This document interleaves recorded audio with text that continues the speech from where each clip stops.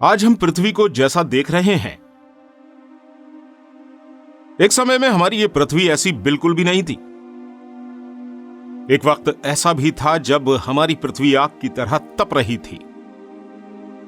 तो एक वक्त ऐसा भी था जब हमारी ये पूरी पृथ्वी बर्फ की चादर से ढकी हुई थी। वहीं एक समय में हमारी पृथ्वी पर डायनासोर राज कर रहे थे। इन डायनासोरों के बाद सत्ता जिसके हाथ में आई वो थे हम इंसान। लेकिन दोस्तों, क्या आप जानते हैं कि आखिर इस पृथ्वी पर हम इंसानों का जन्म किस तरह से हुआ? इसके अलावा वो पानी जिसके बिना हम जीवन की कल्पना भी नहीं कर सकते, वो हमारी पृथ्वी पर किस तरह से आया?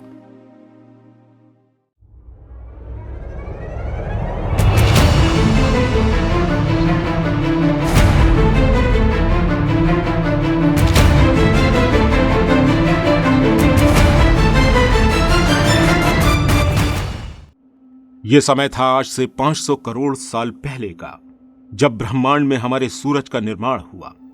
इस वक्त तक सूरज को चारों तरफ से स्टार डस्ट ने घेर रखा था और फिर धीरे धीरे करके ये डस्ट एक दूसरे से जुड़ना शुरू हो गई, जिसकी वजह से अंतरिक्ष में छोटे छोटे एस्ट्रॉइड बनने लगे। और यही वो प्रक्रिया थी जिससे ग्रहों के निर्माण की शुरुआत हुई। ग्रेविटी इन छोटे छोटे पत्थरों को आपस में बांधने का काम करने लगी, जिसकी वजह से हमारी ये पृथ्वी एक गोलाकार स्वरूप में आ गई। उस वक्त हमारे सौरमंडल में पृथ्वी और मंगल के बीच एक और ग्रह मौजूद था, जिसे थिया के नाम से जाना जाता है। और यह ग्रह भी पृथ्वी की तरह ही सूरज की परिक्रमा कर रहा था। हमारी पृथ्वी के अंदर मौजूद ग्रेविटेशनल फोर्स की वजह से वो एस्ट्रॉइड जो सूरज की परिक्रमा कर रहे थे, उन्होंने पृथ्वी की ओर आकर उसकी परिक्रमा करना शुरू कर दी। और समय समय पर यह एस्ट्रॉइड पृथ्वी पर गिरते भी रहते थे। ठीक ऐसा ही कुछ थिया ग्रह के साथ भी हो रहा था, जिसकी वजह से थिया हमारी पृथ्वी के नजदीक आता जा रहा था। और एक दिन इस ग्रह की दूरी पृथ्वी से इतनी ज्यादा कम हो गई कि यह ग्रह आकर हमारी पृथ्वी से टकरा गया। और यह टकराव इतना ज्यादा खतरनाक था कि पृथ्वी के कुछ टुकड़े हो गए, जो कणों के रूप में अंतरिक्ष में फैल गए और इन्होंने पृथ्वी की परिक्रमा करनी शुरू कर दी। धीरे धीरे करके ये कण भी आपस में जुड़ने लगे और उनके जुड़ाव से हमारा चांद अस्तित्व में आया और चांद ने भी पृथ्वी की परिक्रमा करना शुरू कर दी। ऐसे ही लगभग 600 मिलियन साल गुजर गए, लेकिन अभी भी पृथ्वी के ऊपर टकराव का सिलसिला खत्म नहीं हुआ था। उस वक्त हमारे ब्रह्मांड में मौजूद कई बड़े बड़े एस्ट्रॉइड पृथ्वी से आकर टकरा रहे थे और इन एस्ट्रॉइड के अंदर मौजूद था पानी, नमक और मिनरल्स। और ये सभी चीजें इन एस्ट्रॉइड के जरिए हमारी पृथ्वी पर पहुंचती थीं।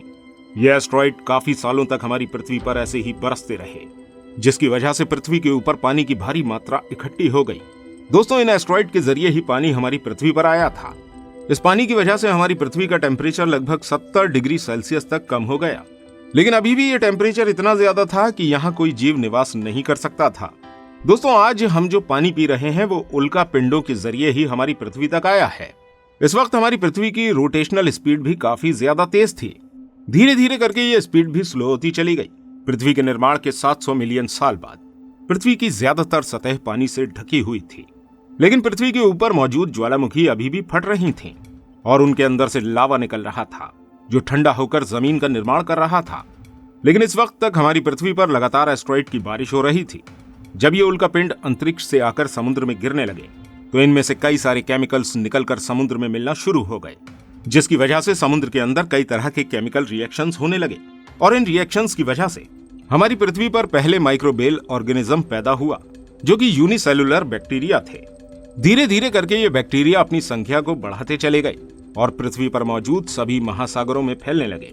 इसके बाद जब सूरज की किरणें हमारी पृथ्वी पर पड़ना शुरू हुई, तो ये माइक्रो ऑर्गेनिज्म सनलाइट को एब्जॉर्ब करने लगे और फिर पृथ्वी पर मौजूद माइक्रो ऑर्गेनिज्म ने हमारी पृथ्वी पर मौजूद कार्बन डाइऑक्साइड को ऑक्सीजन और ग्लूकोज में तोड़ना शुरू कर दिया। इसके बाद हमारे समुद्र ऑक्सीजन से भरना शुरू हो गए। इस तरह कई सारे माइक्रोबियल जीव अस्तित्व में आए। पानी में मौजूद ऑक्सीजन हमारी पृथ्वी पर आना शुरू हो गए और फिर इस ऑक्सीजन से हमारे एटमॉस्फेयर का भी निर्माण होने लगा। हमारी पृथ्वी पर ऑक्सीजन की मात्रा बढ़ने लगी। अब पृथ्वी का वातावरण जीवन जीने लायक बन चुका था, लेकिन ये जीवन अभी सिर्फ समुद्र के अंदर ही जिया जा रहा था, क्योंकि हमारी पृथ्वी की सरफेस पर अभी कोई पेड़ पौधा नहीं था। जैसे जैसे समय गुजरता गया, पृथ्वी के रोटेशन की वजह से पृथ्वी की टेक्टोनिक प्लेट्स में दरार होना शुरू हो गई और इस दरार की वजह से पृथ्वी की सतह में मौजूद लावा बाहर निकलकर पृथ्वी पर खुला उबलता रहा। और इस लावा की वजह से जो कार्बन डाइऑक्साइड गैस निकली, उसका रेशियो एटमॉस्फेयर में इतना ज्यादा बढ़ गया कि पृथ्वी पर एसिड की बारिश होने लगी, और इस एसिड रेन की वजह से पृथ्वी का टेम्परेचर इतना ज्यादा गिर गया कि पृथ्वी पर मौजूद पानी बर्फ में बदलने लगा। धीरे धीरे करके हमारी पृथ्वी को बर्फ की चादर ने ढक दिया और हमारी पृथ्वी पर आइस एज की शुरुआत हुई। इस बर्फ की वजह से सूरज की किरणें हमारी पृथ्वी तक नहीं पहुंच पा रही थी और इसी वजह से पृथ्वी काफी लंबे समय तक बर्फ से ढकी रही। लेकिन यह आइस एज भी पृथ्वी पर हमेशा नहीं रहने वाला था। पृथ्वी के कोर में मौजूद गर्मी ज्वालामुखी के रूप में पृथ्वी की सरफेस पर निकलना शुरू हो गई। इस गर्मी की वजह से पृथ्वी की बर्फ धीरे धीरे करके पिघलने लगी और इसी बीच पृथ्वी पर मौजूद माइक्रोबियल ऑर्गेनिज्म ऑक्सीजन का इस्तेमाल करके अपने आकार में वृद्धि करने लगे। इसके अलावा हमारे समुद्र में भी कई सारे छोटे छोटे पौधे पैदा हो चुके थे। कई हजार सालों तक ज्वालामुखियों के फटने से लेकर एसिड रेन की प्रोसेस ऐसी ही होती रही। जैसे जैसे ऑक्सीजन की मात्रा पृथ्वी पर बढ़ी तो एसिड रेन होना भी बंद हो गई और हमारी पृथ्वी का टेम्परेचर नॉर्मल होना शुरू हो गया। अब समुद्र में रहने वाले जीव एवोल्यूशन के दौरान अपना विकास कर चुके थे। धीरे धीरे करके समुद्र के अंदर करीब 10,000 जीवों की प्रजातियों का जन्म हो चुका था। लेकिन हमारी पृथ्वी की जमीन अभी भी पूरी तरह से वीरान पड़ी हुई थी। कोई भी जीव पृथ्वी की सतह पर नहीं रह रहा था और इसका कारण पृथ्वी से आने वाली अल्ट्रावायलेट रेज थी। इसके बाद पानी और एनवायरमेंट में मौजूद ऑक्सीजन का रेडिएशन के साथ रिएक्शन होने लगा, जिसकी वजह से ओजोन लेयर का फॉर्मेशन हुआ और इस ओजोन लेयर ने पृथ्वी को चारों तरफ से घेर लिया और ये ओजोन लेयर सूरज से आने वाली अल्ट्रावायलेट रेज को पृथ्वी तक पहुंचने से रोकने लगी, जिसकी वजह से लगभग 335 मिलियन साल पहले पृथ्वी पर पेड़ पौधों का जन्म हुआ और धीरे धीरे करके पृथ्वी की सतह पर भी अलग अलग किस्म के पेड़ पौधे उगना शुरू हो गए। इसके अलावा समुद्र के अंदर भी कई सारी मछलियां और जलीय जीव विकसित हो चुके थे। अब इन जलीय जीवों के पैर विकसित हुए तो इन्होंने पृथ्वी की सतह पर आकर रहना शुरू कर दिया। समय के चलते इन जलीय जीवों का एवोल्यूशन होता गया और इन जीवों से कई तरह की जीव जातियों का विकास हुआ। इनके एवोल्यूशन से ही कई तरह के डायनासोर भी बने। अब हमारी पृथ्वी का वातावरण पूरी तरह से सामान्य हो चुका था। यहाँ पीने के लिए स्वच्छ पानी था, हर तरफ बड़े बड़े पेड़ पौधे थे और सांस लेने के लिए पूरा ऑक्सीजन था। पृथ्वी पर मौजूद डायनासोर अपनी भूख मिटाने के लिए या तो पेड़ पौधों को खाते थे या फिर अन्य प्रजाति के जीवों को। धीरे धीरे करके ये डायनासोर हमारी पृथ्वी के कोने कोने तक फैल गए। डायनासोर के साथ कई सारे अन्य वन्य जीव भी विकसित होते जा रहे थे।